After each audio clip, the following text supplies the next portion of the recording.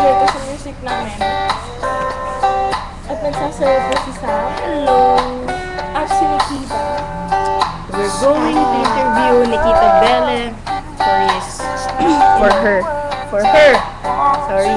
Love life. Lalaki na ako ngayon. Thank you so much. Lalaki na po siya dahil nagkaroon siya ng... Okay, Nikita Belle, share us your stories. Dami. Siyempre.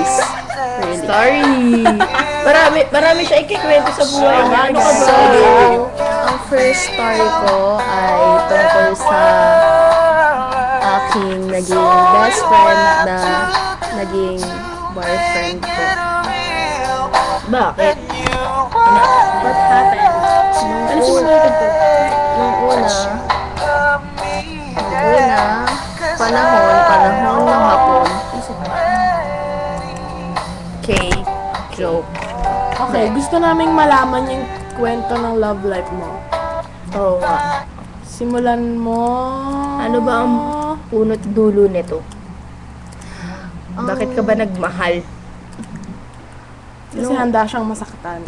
Ouch. So, suntukan. Okay, joke. Hindi, tadyakan. Yung simula naman talaga, nagsimula to no February 8, birthday ko, nung mag-15 years old ako. Inamin ko sa best friend ko na may gusto ko sa kanya at mahal ko siya. Pero, yung mga panahon na yun, Sabi ko na may gusto siyang ibang babae, pero hindi ko napapangalanan. Okay. Kasi alam ko namang kilala niyo yung buwisit kayo. Siyempre, kami pa. The best kami. Yun, naging malalim yung Pag-uusap. pagkakaibigan namin. Inabot ng 4 na taon. Kainis buffering? Baka hindi.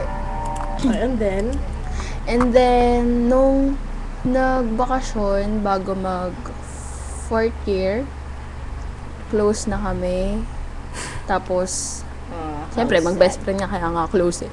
Tapos? Siyempre, meron kaming tawagan, labes. Ano yung tawagan nyo? Bebes. Ganun. Saan nag-upisa yung bebe? bebes? Bebes. Okay. Si Bebes ay nagsimula nung mga bandang May. Pero, nung nagbandang May na, parang nawalan ako ng communication sa kanya. Kasi, meron siyang sinabi sa akin na parang nasaktan ako. Hindi ko nagustuhan. Tapos parang pinutol ko yung, hindi naman yung friendship namin, pero yung communication namin. Tapos, ayun. Tapos parang kino-convince niya ako, pero Inaano ka? kino-convince niya ako na sana yung pagtuturingan namin parang ganun pa rin bago magbakasyon. Na close kami. Yun. Sabi ko sa kanya, sige, syempre nga, diba, pumayag ako kasi special siya sa akin, tsaka mahal ko siya. Tapos, meron akong boyfriend noon. Huwag na natin pangalanan. Pangalanan natin siyang, wag na natin pangalanan. Huwag na. Baka Yun. ma-offend. Yung boyfriend ako noon, tapos, nung pasukan, June, Okay. 4th year na tayong. Tapos, yung first day of school, hindi ko siya pinapansin kasi naiilang ako. Kasi gusto ko, ako yung unang papansinin. Kasi choosy ikaw ako. lang. Hindi naman. Ano po? Gusto ko yung parang siya yung kusang lalapit sa akin na, oh, kamusta ka na? Yun. Gusto mo yung friendly siya sa'yo. Yes. Na parang, nung bago kasi magpasukan, sinabi ko sa kanya na nagkabalikan na kami ng boyfriend ko. Tapos yun, umabot ng naging close ulit kami nung nagkaroon ng play sa values subject. Tapos, tungkol sa loyalty, yung yung play. Yung play na yun, sa totoo lang, may halong saya. Which part? May spark. ba? May spark kasi Sa'yo. Sa kanya. sa akin. Pero sa kanya, alam kong wala kasi ramdam ko yun. Pagkatapos nung putang joke, pagkatapos nung play, Walang murahan. pagkatapos nung play na yun, parang doon na nagsimula yung pag-uusap ulit namin. Na parang yung feeling na nakakalimutan ko na may boyfriend pala ako nung mga panahon na yun. Ayun yun eh. At sakit yun eh. Tapos yun, hanggang sa napag-desisyonan ko ng iwan ko yung boyfriend ko kahit mahal na mahal ko siya. Para sa Ito ba yung kanta para sa'yo? Para sa... hinahangad kong love. pagmamahal. Nahanap mo ba yung love na yun? Nahanap ko naman. Naibigay naman niya sa akin. Buong buo ba? Nung una, madami akong iniisip. Kasi, hindi ko sure kung totoo ba yun. Hanggang sa naging kami nga nung araw na yun. Na ang saya-saya ko. Masaya kaming dalawa. Tapos, hanggang sa pinakilala ko siya kay mama at kay papa. May kwento ka ba? May guys. Kaya nga, yung kwento ko no? So, yung problema ngayon, di ko na ikakwento yung buo, grabe ang haba. Sige, ang haba, inaantok na kami.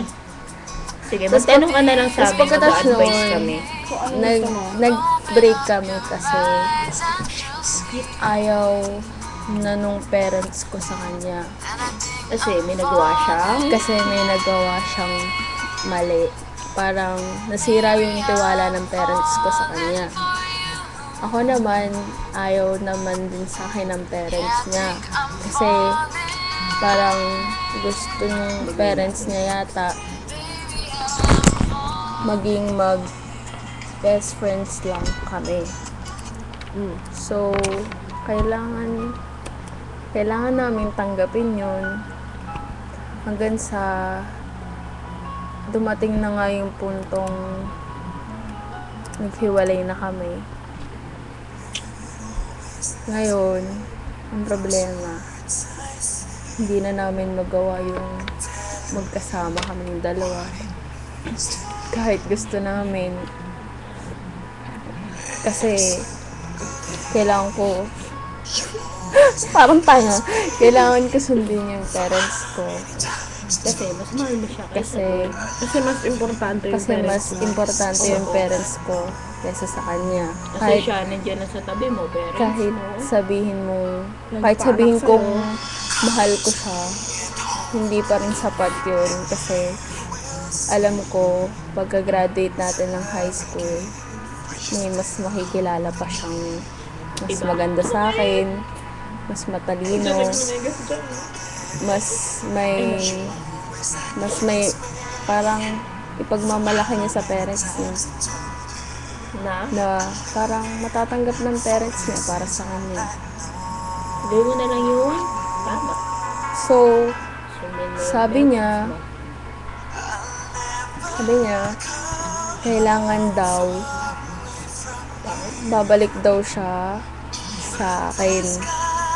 Pero, hindi ko alam kung kailan. Pero, ayoko mag-expect kasi baka masaktan lang ako sa huli. Parang ako lang yung nagkukwento, no? Tapos, laking epal nila sa background. Ayun, lang kasi sa amin kung anong gusto mo ibigay namin advice para sa'yo. 10 minutes na, grabe, ang tagal. Sige na, go! Magkwento eh. Ayun, sa part 2 na natin ibigay yung advice. Okay. Sige, go. Okay, bye! Part 2. Part 2. Hindi na kami bumukang Part tanga.